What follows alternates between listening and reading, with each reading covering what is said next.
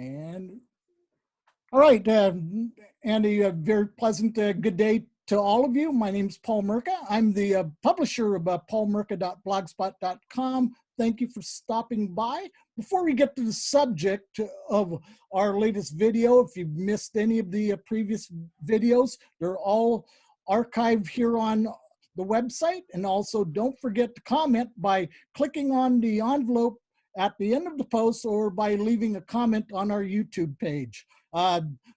Today, I'm pleased to be joined by Gonzaga University Director of Track and Cross Country, Pat Tyson, along with women's head coach, Jake Stewart. Those of you from the state know Pat as probably one of the greatest distance coaches in state high school history, first starting out at Shorecrest, just north of Seattle, before moving on to Meade High School in the Spokane area, where he won 12 state titles before he moved on to coaching positions at the University of Oregon and the University of Kentucky. Pat was a standout runner at the University of Oregon in the 70s, where he was a member of their national championship cross-country team, which included the great Steve Prefontaine. Meanwhile, Jake just finished his second full season as the women's track and cross-country coach at Gonzaga after coming over from the University of Illinois. And before he was at Illinois, he coached at his alma mater, Iona, then moved on to Lamar and Purdue. And when he was an undergraduate at Iona, he was the team captain of the 2005 cross-country team. Gentlemen, thanks for taking the time to talk today. Before we get started, what have you guys been doing since we all got shut down? Well, I guess I'll start. Paul, thank you for having Jake and I on your podcast here. Yeah. Yeah, it's been when you look at the calendar, and here it is, May 25th, and then you fast forward back to early March. Uh-huh. In some ways, it seems like an eternity. And in other ways, it seems like, wow, it went somewhat quick, but it's like we're in this void, like we're frozen in time, and this is really not happening. Yeah. But to be honest with you, how I've been dealing with it is just at home. We're still in isolation. We're not allowed to come back to campus, but we are allowed to communicate with our athletes. We can call recruits. We can't go on recruiting trips. But I'm trying to keep busy because I'm going stir crazy and I hate TV. So there you go. All right. What about you, Jake? A lot of kindergarten teaching.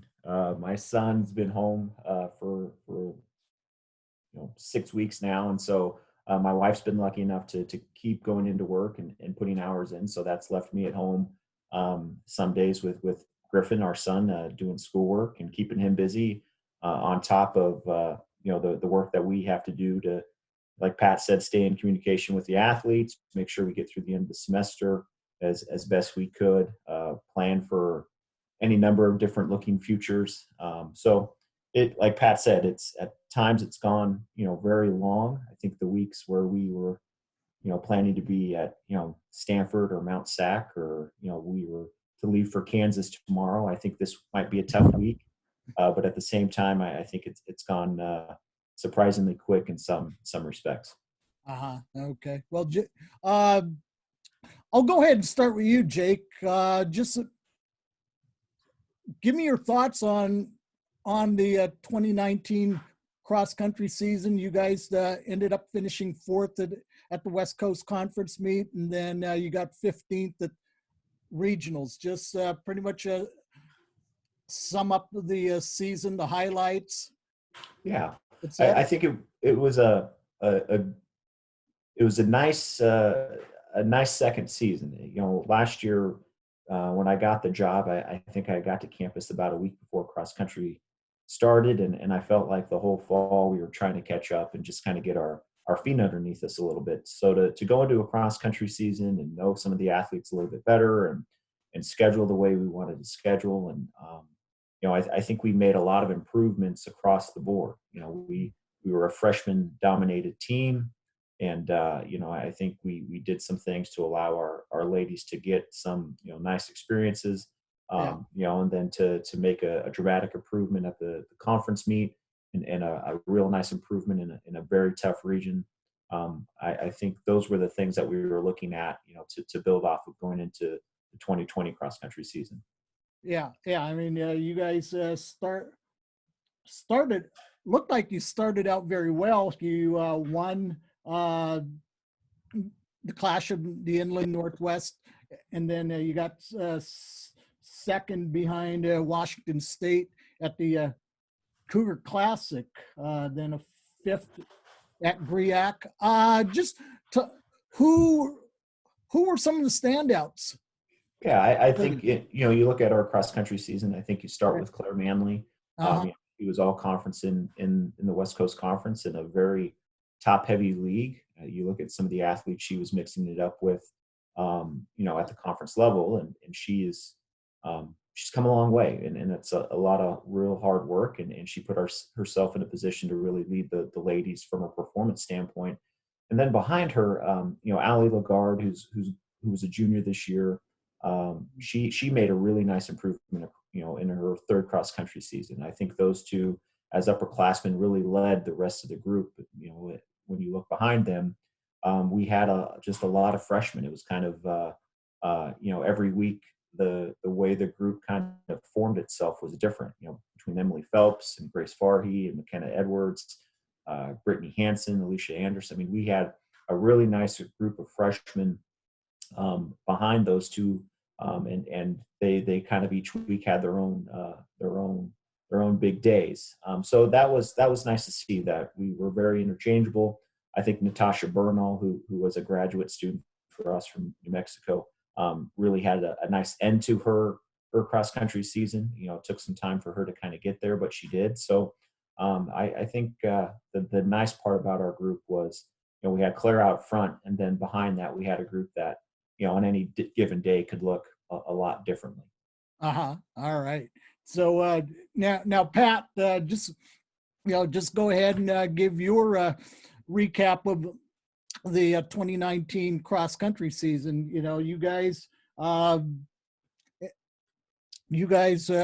were up there in the conference championships, and then you qualified James Moora for the NCAA championships as an individual. So go ahead, Pat, and just give us your recap of the season. Well, it's definitely the best season in Gonzaga history. Yet it was one of those sad years also at the same time, because we had high expectations. We go back and we did some pretty good things during the year. But when you look at our lineup, very young lineup, everybody's back for 2020, but we didn't run Yassine Gramali at conference or regionals, and he came into the season banged up. He had an accident on a jet ski of all things, and had a broken femur, and we tried to get him, nurse him back, and he did get to run back in Wisconsin and help our team get some points that we thought were necessary to get to the nationals. And we know we're in the toughest region in the country. Mountain region's tough too, don't get me wrong. But yeah, it was a good year, despite the fact we didn't get to nationals. We were the first team out. But conference third place, Mwera was right in the hunt to win it. Peter Hogan had a great year. You got all West Coast top 15 in the regional meet. He's a Blanchette boy, and Mwera's a Tacoma boy. So these are Washingtonians. These are from the neighborhood. Our third man was a Cullen McEachern from Mukilteo. How about that? Huh? Sound boys. And then to round up that top five, and all five of our top guys were in the top 50 at NC2A West Regional. You had Philip Fishburne in there, and you had Jake Perrin. Philip's a Washingtonian out of Kamiakin, and Jake Perrin out of Kalispell, Montana, Flathead High School. But it was a good year. Everybody's back. we left the year really kind of with a bad taste in our mouth because we thought we could get to the NC2As. We celebrated a little early in Colfax because we got sixth.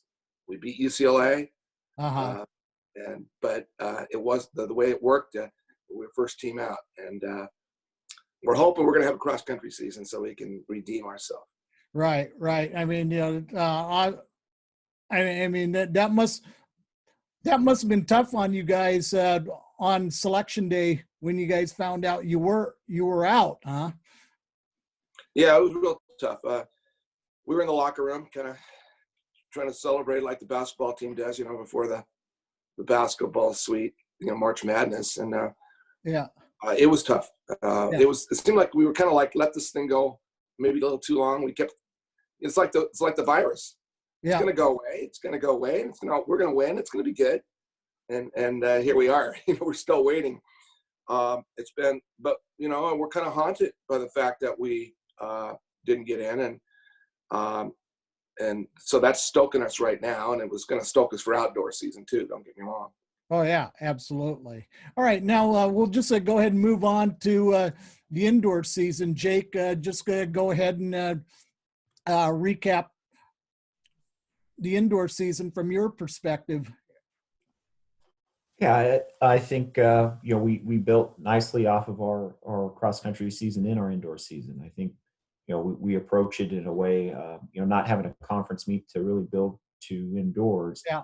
We want to get some racing done and get some training done to kind of prepare us for outdoors. So we may not be as race prepared as we'd like to be at times indoors, but I think our team enjoys the opportunity to break up the monotony in a Spokane winter of training. And we had some really good performances. I think we had a school, Amy Piercy set the school record in the 800 mile and 3K through the course of the season.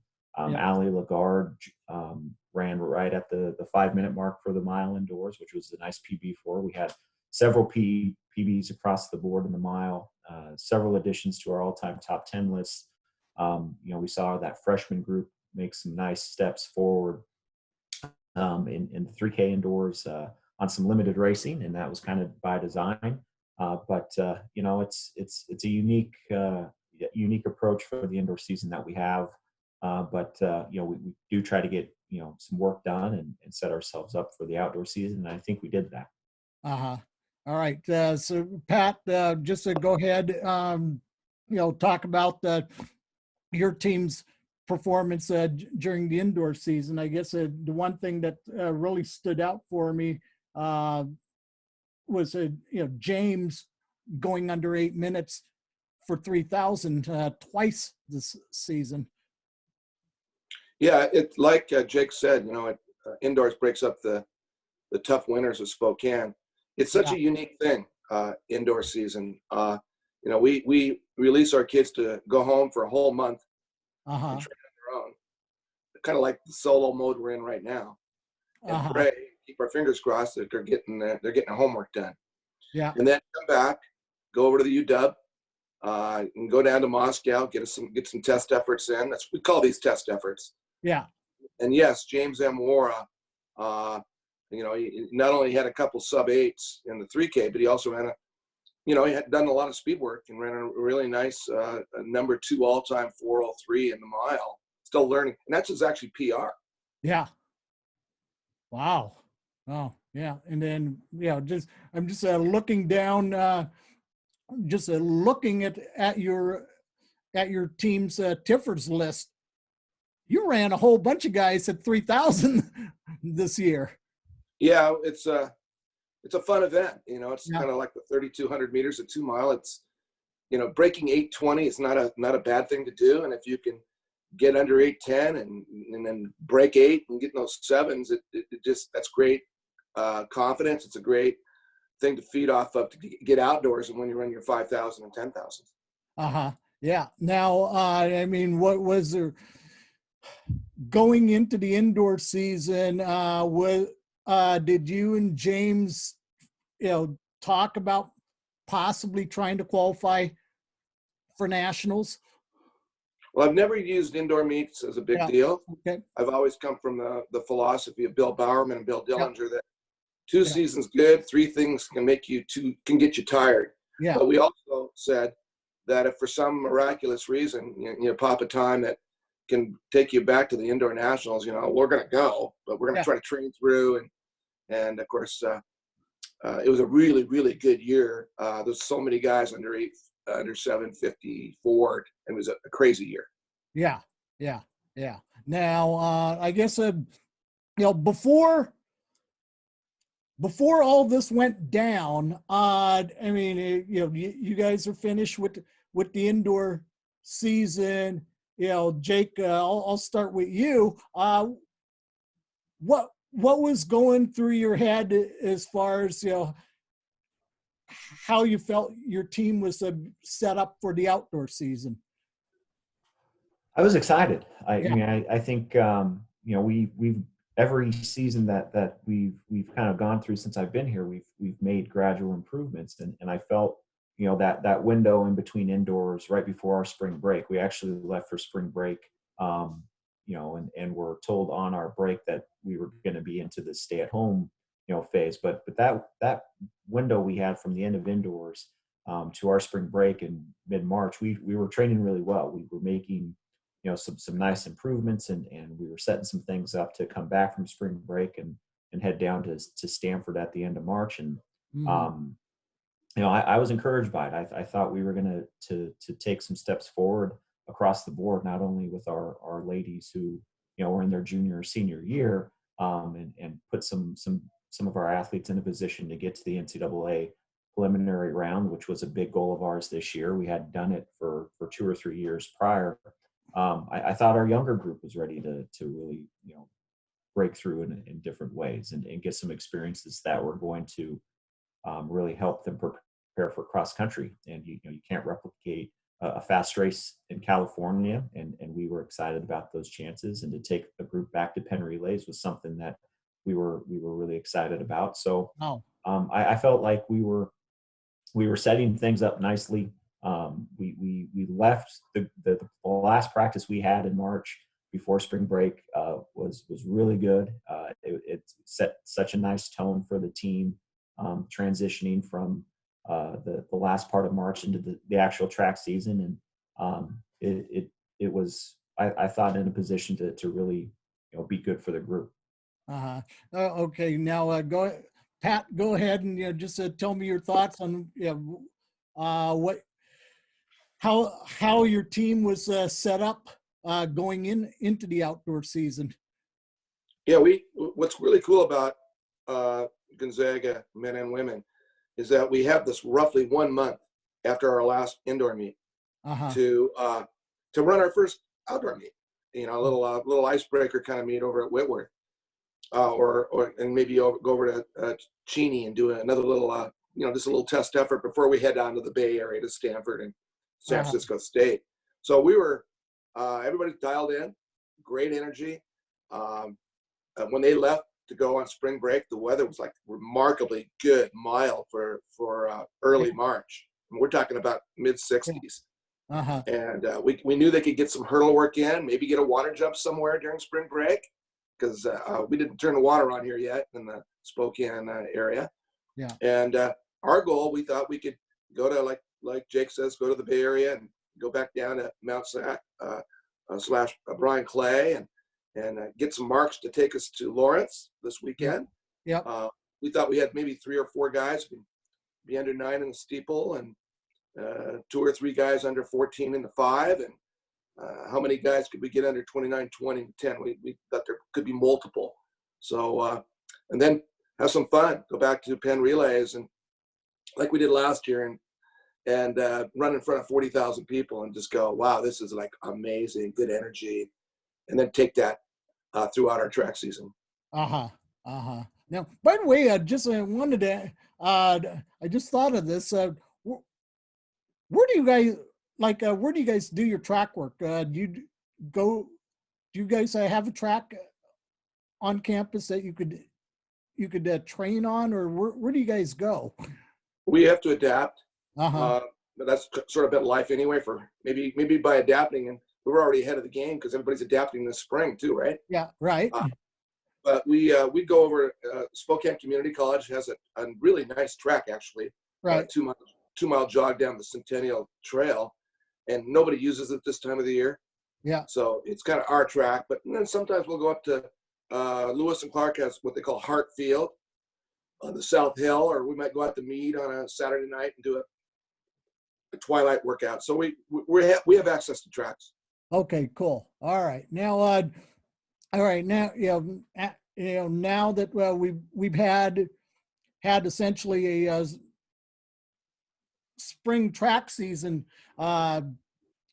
gone, Jake, how many of your kids are coming back for next cross country season? We bring 9 out of 10 that ran at our conference meet, and then we bring 6 out of 7 that ran at our regional meet. Yep. So we bring quite a few back, and we have, if we go beyond 10, 11, 12, 13, those are all athletes that are going to be back in the mix as well. So we bring quite a few. Yep. And then Pat, you said you had just about everybody's back from your cross country team. Yeah, we got everybody back, and hopefully we'll have a Yassine Gomali, healthy Yassine Gomali. And we've seen the evolution of some guys that are developing in the program, like Dominic Arce out of Lincoln, Portland. You could just, what he did in indoors showed me he was going to do some outstanding things outdoors. Add the fact that we redshirted just about every freshman, the best freshman class we've ever recruited in here. Riley Moore didn't redshirt cross. He ended up being the West Coast Conference Frosh of the Year, by the way.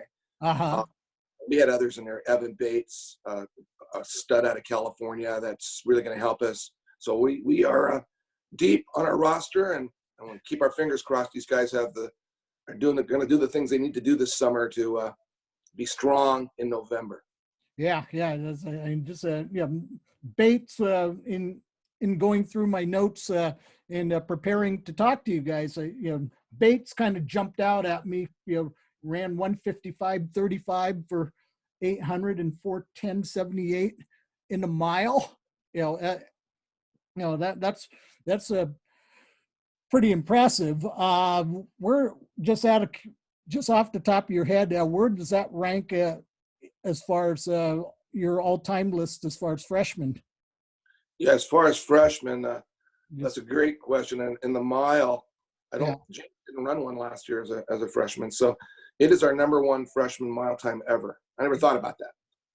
Yeah. Okay. All right. Now, let's, looking ahead, Jake, you have on paper a trio of athletes that could make an impact for you this fall in Kristen Garcia from Wisconsin via Cedar Woolley High School, Ireland Robertson from Western University in Toronto, and Jillian Green from Western Oregon.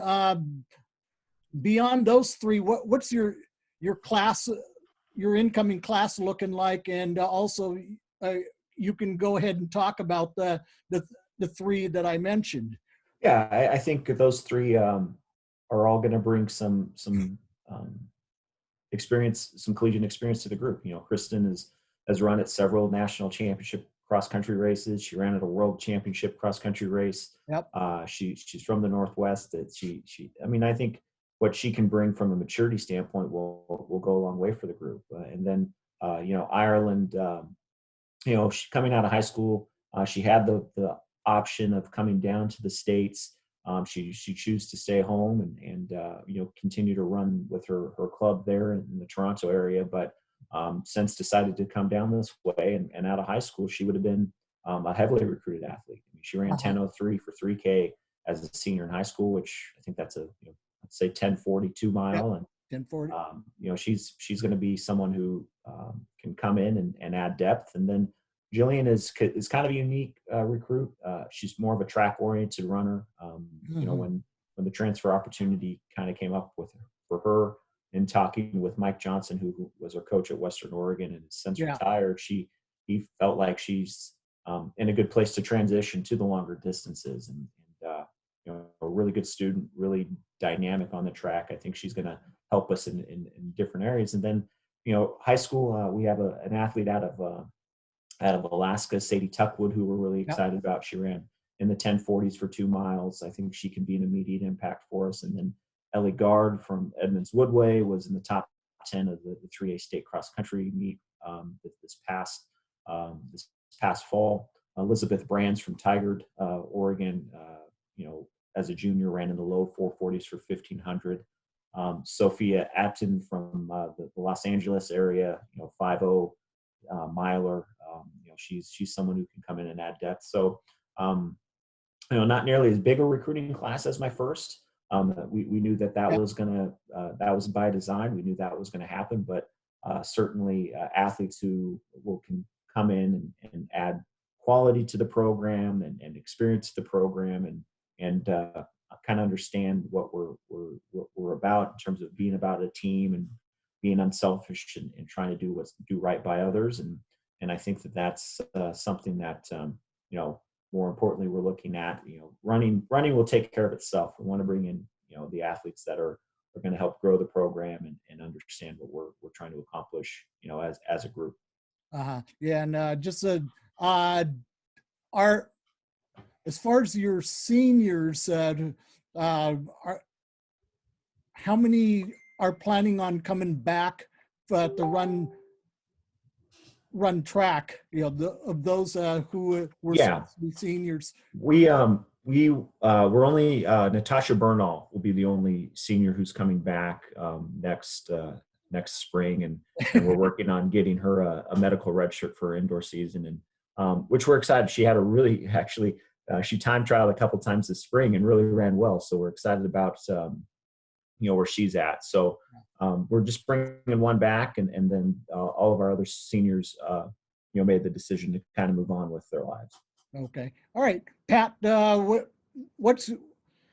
talk about your recruiting class. It looks like you've got a trio from the Seattle area coming in, including 2 guys from Blanchette and Nikki DiMartino and Michael Lewis, and then Cooper Laird from Inglemoor, and then you've got a young man, Aiden Bond from Las Vegas, and Jeremiah Mackey from BC.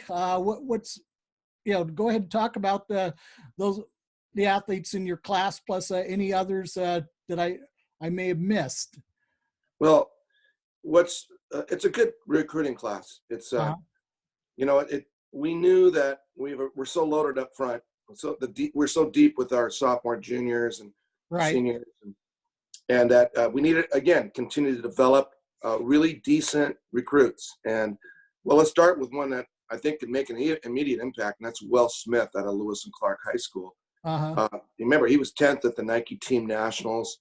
He was right there with all the guys. I mean, that's a solid group of seniors that didn't get to run this spring in America, and he's one of them.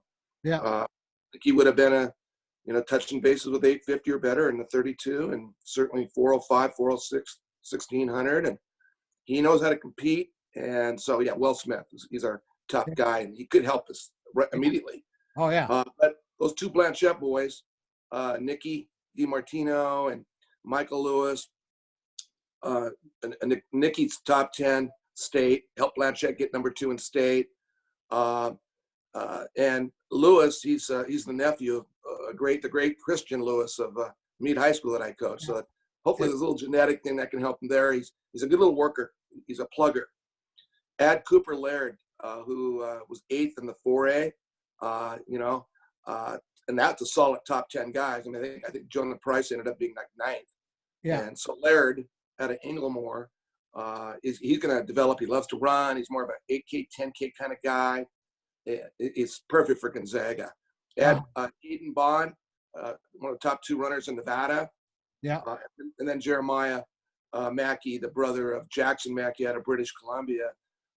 It's a really good group. And then I think you had one other guy who's going on a mission next year. Thank you for bringing up Stanford Smith. He was number 3 in the 3A behind his teammate. And trying to think who was number 2 was the Blanchette boy. Yeah. That's going to head off to California. So, Stanford Smith, stud. tough guy, going to go on his mission. We'll get him back here in a couple of years. Yeah. Okay. Now I'll go ahead and ask either one of you. Just what's the status on the new indoor facility that's being built basically down the street from you guys? Ground's moving. Yeah. We've been down there a couple times riding bikes, and they're still out there, building, and then that's exciting. In talks with the Spokane Sports Commission. It looks like it's opening up in January of 22. They're hoping to have the actual keys to the building in the fall of 21. And, we've proposed the idea of trying to host maybe a meet in that December of 21 to kind of get it off the ground and work out any kinks of what a meet would look like there. But, once it opens for a season, the Sports Commission's hopes are to have meets in there every weekend. Have the place packed. It's a hydraulic 200-meter track. I know that the Sports Commission has submitted proposals to host both Division I and Division III NCAA indoor championships.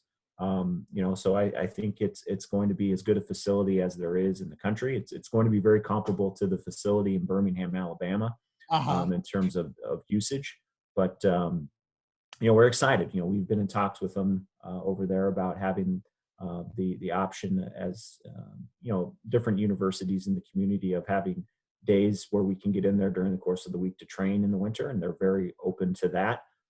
But it's going to be seeing the mock-up drawings of it. It's quite the facility. I mean, they're putting a lot of energy into covering everything from warm-up areas to media areas to coaching. It's going to be a first-class facility for us here in the Northwest. Yeah, and that also gives you the opportunity to maybe cut down on some travel, and bring in some quality teams into the Spokane area. I know the Spokane Sports Commission has done a great job with whatever sports events they decide they host, and I think it sounds like this is something that could really raise the Spokane sports community up another level or two. So now I guess one of my final questions, Pat, just give me a general overview of the state of the program from the time you took over. God, what is it, 10, 11 years ago, to where it is now? What, starting from what you inherited, and how you guys have been able to build the program up. Yeah, I walked into my office in August of 2008. And you inherit your athletes, whatever ones you get. Right. That's your team. Yep. And so, men and women. Yep. One coach. Yep. I think we had about 20 men and roughly somewhere around 20 ladies. Yep. And that was in 2008. And if you were going to buy stock, both men and women's programs from 08 to 2019 fall, every year the programs have gotten better. Now, you might say, well, the women won the WCC championships, and maybe they faltered a little bit after that. But I think depth-wise and the program-wise, it still was it still was good. Yeah. It's just that it was one of those. Whoa, how did you win? And they did it in Spokane. You might have been the announcer. I don't remember. Yes, I was. So, and then on the men's side, it's just, again, all you have to do is go look back at all the NC2A regional scores from when we were scoring about 600 to last year about 140s in the toughest region in the country. If you're buying stock, it's a pretty good stock. Yeah. So it's been a marvelous progression. And with Jake coming in, barely, he's going to start his third year. Yeah. To see what he's done to elevate the women's program to where they are now versus even before he came. It's really, really, really exciting because he's a competitor. He doesn't want to lose. Right. That's who he is. Yeah. We got the right guy leading the ladies, and of course I'm a who likes to lose, you know. Yeah. So on the men's side, we want to keep climbing. We want to get to the nationals. We want to get on a podium someday. Yeah. Yeah. Yeah. All right. Well, gentlemen, once again, thank you very much for taking some time out of your day to talk to me. And just a reminder for those viewers, once again, thank you for watching this video. If you enjoyed any of our previous videos, don't forget to comment by clicking on the envelope at the end of the post or by leaving a comment on our YouTube page. Once again, thank you to Jake Stewart and Pat Tyson from Gonzaga University, and we will see you next time. Thank you very much. Thank you, Paul. Thanks, Yep. Paul.